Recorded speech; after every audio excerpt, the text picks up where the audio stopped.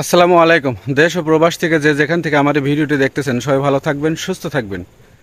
এক ভাই একটা কমেন্ট করছে, আসলে কমেন্টটা খুবই গুরুত্বপূর্ণ, কারণ যারা মালয়েশিয়াতে প্লান্টেশন সেক্টরে আসতে চাচ্ছেন তাদের এই বিষয়টা জানার দরকার। আর এই ভিডিওতে আপনাদের সাথে আরেকটা জিনিস শেয়ার করবো, আসলে প্লান্টেশনে কী কী কাজ করতে হয়, ঠিক আছে। আর মেন প্রশ্নটা হচ্ছে যে ভাই প্লান্টেশন ভিসা বন্ধ হলো কেন। যদিও কমেন্টটা কয়েকদিন আগে, আমি উত্তর দিচ্ছি এখন। মেন কথা হচ্ছে প্লান্টেশন ভিসা বন্ধ হলো কেন, এটা নিয়ে আপনাদের সাথে গুরুত্বপূর্ণ আলাপ করব। অবশ্যই ধৈর্য সহকারে ভিডিওটা সম্পূর্ণ দেখবেন। আচ্ছা, প্রথমেই আপনাদের সাথে শেয়ার করি যে আসলে প্লান্টেশনে কি কাজ। দেখেন এই যে আমার পিছে কিন্তু এই যে দেখছেন এই যে পাম ফল, আমি অলরেডি মানে পাম বাগানের ভিতর থেকেই ভিডিওটা করতেছি। সেটার কারণ হচ্ছে যে আসলে প্লান্টেশনে কি কাজ সেটা দেখানোর জন্য আর কি। মূলত পক্ষে আমি আপনাদেরকে দেখাই, এটা হচ্ছে প্লান্টেশনের কাজ, অর্থাৎ পাম বাগানের কাজ।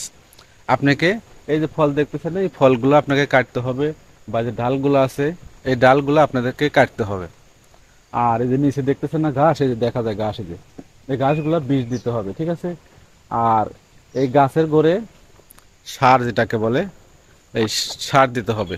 এগুলো আর কি প্লান্টেশন অর্থাৎ পাম বাগানের যে কাজগুলো, আমি যে কয়েকটা কাজ বললাম এই ধরনের কাজই হয়ে থাকে। আর ফল যারা কাটে এরা কিন্তু আসলে কন্টাকেই বেশি কাজ করে, বেসিক কাজ খুব কম হয়। বেসিক কাজ যেমন এই যে বীজ দেওয়া, ডাল কাটা, এগুলো হয়, কিন্তু কন্টাক্টের কাজ খুব দ্রুত মানুষকে খুব তাড়াতাড়ি দেয় না, ঠিক আছে। আর মেন কথা হচ্ছে কেন দেরি হচ্ছে প্ল্যান্টেশন। আসলে দেখেন, চীনাহারিতে মালয়েশিয়াতে চীনাহারি গেল, চীনাহারিতে বিভিন্ন কোম্পানি, চায়নাদের বড় একটা উৎসব। আর এইখানে চায়নাদের বন্ধ দেয় 1 সপ্তাহ, 3 দিন, 5 দিন, 7 দিন, 10 দিন, ঠিক আছে। তো আসলে দেখা যায় সরকারি ছুটি যদি 3 দিন থাকে, ওই 3 দিন কিন্তু অফিস বন্ধ থাকে, মালয়েশিয়ার সরকারি অফিস বন্ধ থাকে। সেক্ষেত্রে দেখা যায় ওই সময় কিন্তু ভিসা অ্যাপ্রুভাল দেয় না, বা ভিসার কাজকর্ম সমস্ত কিছুই মালয়েশিয়াতে বন্ধ থাকে। তো সেক্ষেত্রে দেখা যাচ্ছে যে বাংলাদেশে, এই দেশে যদি 3 দিন বন্ধ থাকে, বাংলাদেশে 1 সপ্তাহ বন্ধ থাকে এই ভিসাগুলো অ্যাপ্রুভাল দেওয়া বা ভিসা যাওয়া, ঠিক আছে। তো সে কারণে আর কি মূল দেরি হলো। এই সিনাহারির কারণে হয়তো বা ভিসাগুলো বন্ধ ছিল। তো এখন কিন্তু আলহামদুলিল্লাহ আগের চাইতে অনেক ভালো, এখন অ্যাপ্রুভালও হচ্ছে, ভিসাও যাচ্ছে বা ভিসাও দিতেছে। আবার দেখা যাচ্ছে ফ্লাইটও কিন্তু হচ্ছে, এমন না যে হচ্ছে না তা না। কিন্তু এটার দেরি হওয়ার কারণে একটাই ছিল, মালয়েশিয়াতে সিনাহারি ছিল, সিনাহারির কারণে অফিস আদালত সম্পূর্ণ কিছুই বন্ধ ছিল।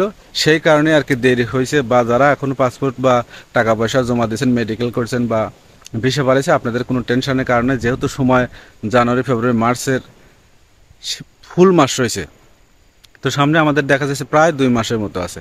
তো সেক্ষেত্রে আপনারা যারা মেডিকেল করছেন বা টাকা পয়সা জমা দিয়েছেন, আলহামদুলিল্লাহ আপনারা ভিসাগুলো বাড়াইলে, বা যারা এখনো ভিসা পায়নি তারাও ভিসা পাবে এবং আসতেও পারবেন, ঠিক আছে। তবে আপনাদের এজেন্টের সাথে ভালোভাবে যোগাযোগ রাখবেন, দেখবেন যে আর কোনো সমস্যা হবে না। তো ভালো লাগলে অবশ্যই চ্যানেলটি সাবস্ক্রাইব করবেন, আর পেজটি দেখলে পেজটি ফলো দিয়ে একটা শেয়ার করে দিন। ভালো থাকবেন সবাই, আল্লাহ হাফেজ।